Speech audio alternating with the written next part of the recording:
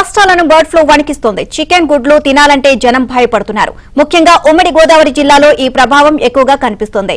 Forms లో కోళ్లు లక్షల సంఖ్యలో మృత్యువాత పడుతున్నాయి. దీంతో ఆ ప్రభావం చుట్టుపక్కల ప్రాంతాలు భయపడకుండా అధికారులు అప్రమత్తం చేస్తున్నారు. ఇక బర్డ్ ఫ్లూ ఉన్న ప్రాంతాలను రెడ్ జోన్ గా ప్రకటించి అప్రమత్తం చేస్తున్నారు.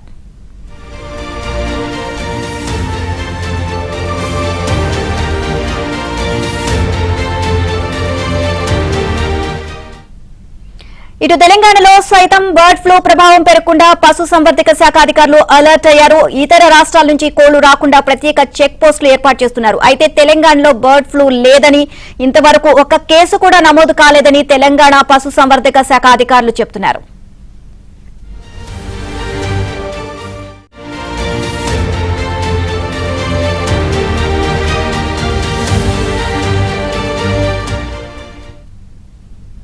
జోగులాంబ గద్వాల జిల్లాలోని పుల్లూరు టోల్ ప్లాజా దగ్గర పోలీసులు వెటర్నరీ అధికారులు తనిఖీలు నిర్వహించారు. కర్నూలులో బర్డ్ ఫ్లూ వ్యాప్తి చెందడంతో వెటర్నరీ అధికారులు అప్రమత్తమయ్యారు. వెటర్నరీ అధికారులు పోలీసులు సంయుక్తంగా చెక్ పోస్ట్ ఏర్పాటు చేశారు.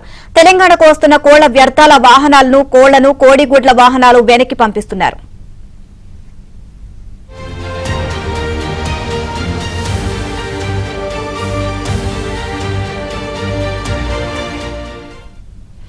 ఏపీలోని ఉమ్మడి గోదావరి జిల్లాలతో పాటు దీని ప్రభావం ఎక్కువగా కనిపిస్తుండగా తాజాగా కర్నూలులో బర్డ్ ఫ్లూ బయటపడడం కలకలం రేపుతోంది.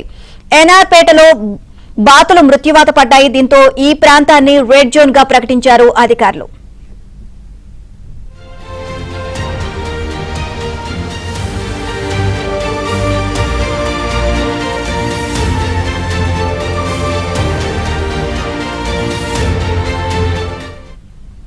అటు పశ్చిమ గోదావరి జిల్లాలో మేడపాడులో ఓ పౌల్ట్రీ ఫామ్ లో కోళ్లు మృతి చెందాయి. అయితే కోళ్ల మరణానికి బర్డ్ ఫ్లూనే కారణం అన్న అనుమానాలు వ్యక్తమవుతున్నాయి. దీంతో వ్యాధి నిర్ధారణకు శాంపిల్స్ ను భోపాల్ ల్యాబ్ కు పంపారు అధికారులు. ఇక ఇది వలస పక్షుల నుంచి కోళ్లు, బాతులకు మాత్రమే సోకుతుందని పశు వైద్య నిపుణులు చెబుతున్నారు. ఈ ఏడాది ఆస్ట్రేలియా, రష్యా నుంచి వలస పక్షులు కొల్లేరు, సిలికాన్ సరస్సులతో పాటు ఇతర జలాశయాలకు ఎక్కువగా వచ్చాయి. దీంతో వాటి వల్లే బర్డ్ ఫ్లూ వ్యాధి వ్యాపించింది అని చెప్పి అధికారులు అనుమానిస్తున్నారు.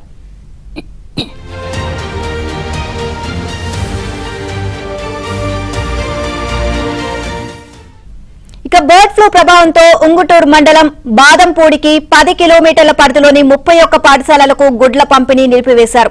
బాదంపూడి, వేల్పూరు, కానూరు గ్రామ పరిధిలో ఆంక్షలు కొనసాగిస్తున్నారు. కాగా బర్డ్ ఫ్లూ భయంతో అలర్ట్ అయిన ఏపీ ప్రభుత్వం ఇప్పటికే పలు జిల్లాల్లో అంగన్వాడీల్లో గుడ్ల సరఫరా నిలిపివేసింది. ఎక్కడికక్కడ శానిటేషన్ కార్యక్రమాలు చేపడుతున్నారు.